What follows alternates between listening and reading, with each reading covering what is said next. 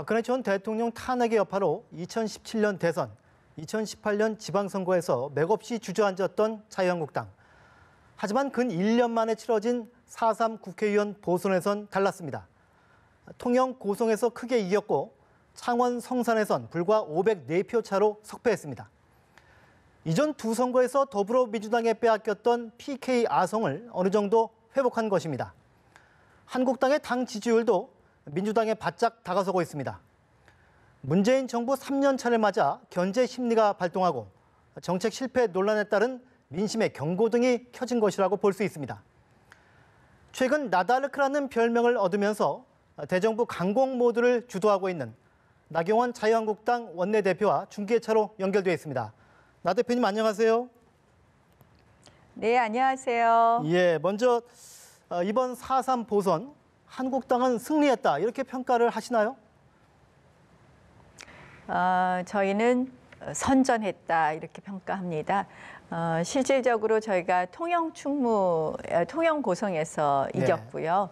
그리고 정말 진보의 성지라고 할 수 있는 창원 성산에서 아주 아깝게 패했습니다.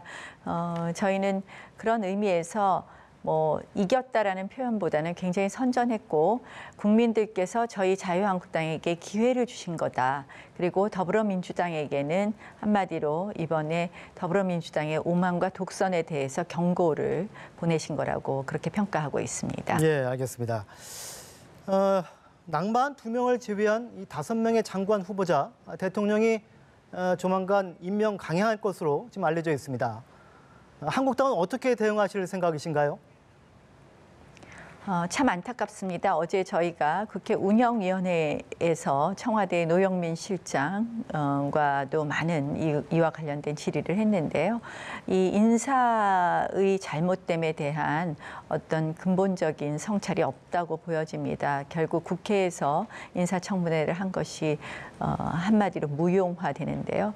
저희는 사실은 이 두 장관 후보자의 사퇴뿐만 아니라 이 인사 검증과 추천에 있어서의 책임자인 조국 수석과 조현옥 인사수석의 책임에 대해서 거론하고 있습니다. 그러나 청와대는 이 부분에 대해서 적극적으로 방어하는 자세였습니다. 결국 저희로서는 임명이 된다고 하더라도 장관이 임명된다고 하더라도 인정하기 어려운 그런 상황이긴 합니다. 그런데 저희의 어떠한 앞으로의 대응보다 결국 이러한 청와대의 모습은 국민들의 민심과는 굉장히 동떨어지게 되는 그런 상황이 아닐까 이런 생각을 합니다. 그래서 이러한 부분 청와대가 지금 아직 모레까지 날짜가 있습니다. 다시 한번 저희가 주장하는 문제점에 대해서 심각하게 판단해 주시고 특히 이 조국 수석의 경우에는 인사 검증뿐만 아니라 최근 김의겸 대변인의 사퇴에서 나타난 것처럼 실질적으로 고위공직자인 김의겸 대변인과 같은 고위공직자의 감찰이나 기강 확립에 제대로 역할을 안 한 것으로 보여집니다. 그래서 그 책임이 크다 하기 때문에 저는 사퇴함이 마땅하다고 생각합니다. 예, 아까 말씀하신 이 조국 민정수석 그리고 조현옥 인사수석의 교체 없이 국회 협조도 없다는 그런 입장이신가요? 네, 사실상 결국 저희가 4월에 해야 될 일이 또 많이 있는데요. 민생 관련된 일이야 적극적으로 도와서 하겠지만 여당이 원하는 부분에 대해서는 저희가 과연 선뜻 협조할 수 있느냐 하는 그런 생각을 말씀드릴 수밖에 없습니다. 그래서 참 이 청와대의 인사수석, 민정수석이 그동안 이 장관이나 이런 고위공직자들이 이 잘못돼서 낙마하는 경우에 사퇴한 경우가 왕왕 있습니다. 예. 저희 보수정권 시절에도 한 3분의 민정수석이 사퇴했는데요.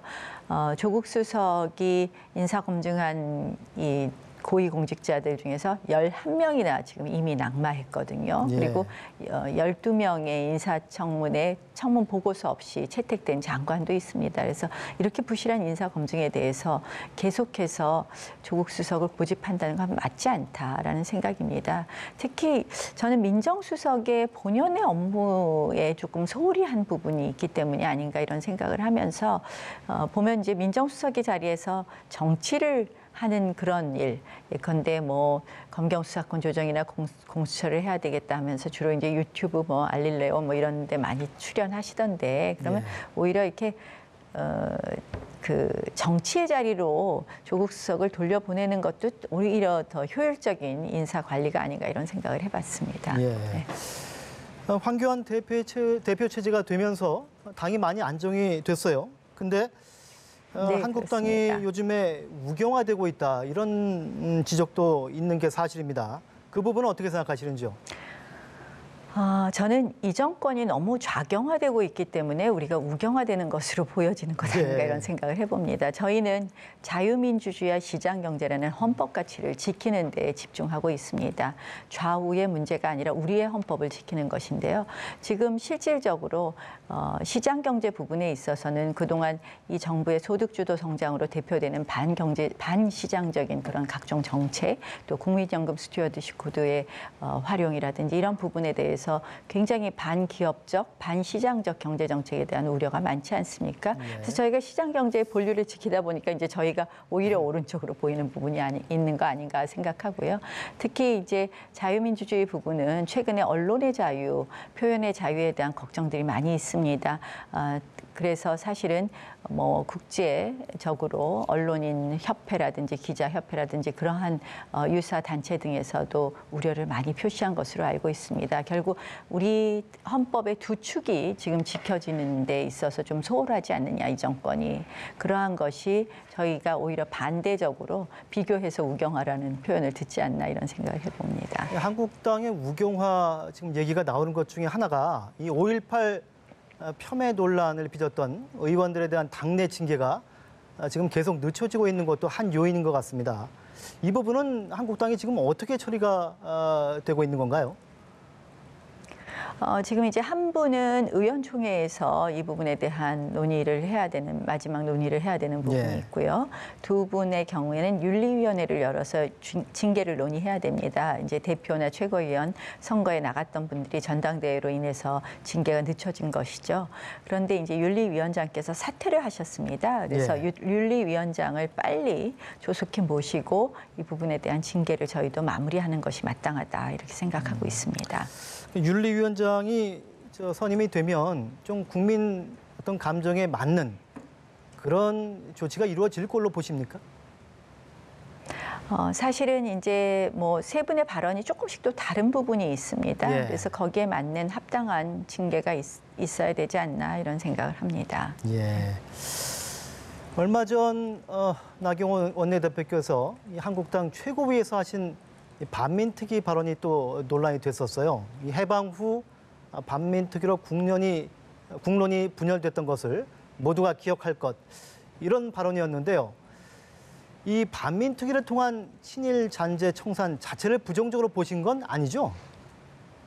전혀 아닙니다. 이제 전체적인 맥락을 아시겠지만 이 정부 들어서 끊임없이 이 친일과 친북의 두 축의 프레임을 짜고 있습니다.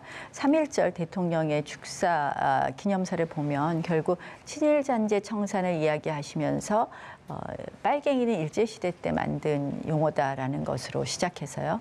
최근 피오진 보훈처장이 김원봉 씨의 유공자 서훈을 추진하고 있습니다.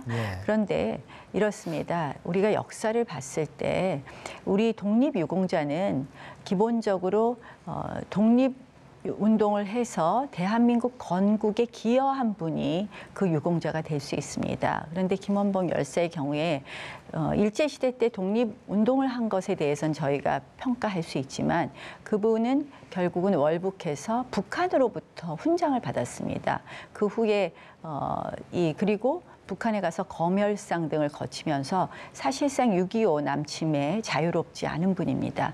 결국 이분이 독립유공자가 된다면 북한에 가서 유공자 표창을 받는 것이 맞을 수 있지만 대한민국 유공자를 받을 수는 없는 것이죠. 그런데 이러한 것은 결국 무엇이냐. 국론 분열을 친일과 친북 프레임 속에서 국론 분열을 하는 것이고 그것은 결국 이 정부의 어떻게 보면 큰 틀에서의 통일 정책과도 맞닿아 있는 부분이 있다고 생각을 합니다. 그래서 지금 이 시기에 우리가 그런 국론 분열을 가져오는 것이 맞느냐라는 그런 전체적인 말씀 속에서 나온 이야기라는 말씀입니다. 예. 정의당이 이번 보선을 통해서 한 석을 늘리면서 민주평화당과 다시 이 원내 교섭단체를 구성할 것 같은데요.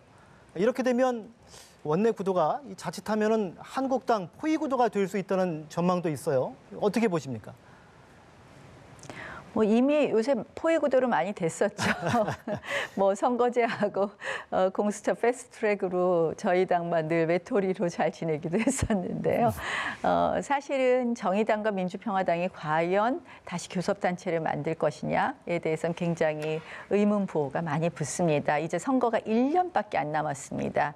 결국은 이 정계 개편이 예상되어 있습니다. 예. 이 불안전한 동거 상황으로 있는 제 정당들의 개편이 예상되지 않나. 이 시점에서 굳이 지금 정의당과 민주평화당이 연대를 한다는 것은 민주평화당의 일부 의원은 찬성할 수 있지만 일부 의원의 경우에는 동의하지 않을 거라고 생각을 합니다. 그래서 매우 격론이 벌어질 것이다 이렇게 생각합니다.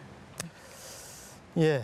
그 한국당을 제외한 이 여야 사당이 당초 이 선거법 개정안과 사법개혁 법안을 패스트트랙으로 처리하겠다 이렇게 합의를 했는데요. 물론 이 바른미래당하고 평화당에서도 내부 이견이 있어서 아마 쉽지 않을 것 같긴 합니다만 이 문제 한국당 어떻게 대처하실 생각이십니까? 저희로서는 원칙으로 돌아가서 국민들께 저희의 저희 당론을 자세히 설명해서 국민의 민심을 얻는 것이 제일 중요하다고 생각을 합니다. 예. 이미 이 합의한 연동형 비례대표제가 한마디로 누구도 모르는 이 짬짬이 선거제도라는 것을 국민들께서 알게 되셨습니다. 이 결국 내가 찍은 표가 어디로 가는지 모르는 복잡한 산식에 의해서 하는 이 비민주적인 표의 민주성이 오히려 보장되지 않는 이 연동형 비례대표제에 대해서 국민들께서 찬성하기 어려우실 거라는 말씀을 드립니다. 따라서 저희 당의 10% 정원 감축을 통한 그리고 그것을 기초로 한 의석수 배분에 대해서는 대해서 논의해 줄 것을 제 정당에게 촉구합니다. 또한 이 사법개혁 부분은 검찰, 경찰 수사권 조정은 저희도 적극적으로 응할 생각입니다. 저희 당의 당론을 발의하기도 했습니다. 어떠한 기구도 이 전제전능한 권한을 가져서는 안 된다고 생각을 합니다. 검찰과 경찰의 견제 그리고 상호 견제 그리고 검찰과 경찰의 인사권 독립 그리고 그 과정에 있어서의 수사에 있어서 인권 보장 이러한 부분이 잘 이루어지도록 우리가 검경 수사권 조정을 하는 데는 저희도 적극적으로 찬성을 합니다. 다만 공수처는 지금 이 정권 하에서 탄생하는 공수처는 민변 검찰청이 될 수밖에 없다. 따라서 저희는 결국 이 공수처라는 것은 대통령의 또 하나의 이 칼이 되는 대통령이 가지고 있는 직속 수사기관이 만들어지는 것에 불과하기 때문에 절대 찬성할 수 없다는 말씀을 드립니다. 예, 어제도 뭐 국회 운영이 늦게까지 하신 것 같고 여야 대치가 가파른 상황이어서 아마 원내대표로서 많이 바쁘실 것 같습니다. 오늘 시간 내주신 것 정말 네. 감사드립니다. 지금까지 한국당 고맙습니다. 나경원 원내대표와 함께했습니다. 감사합니다.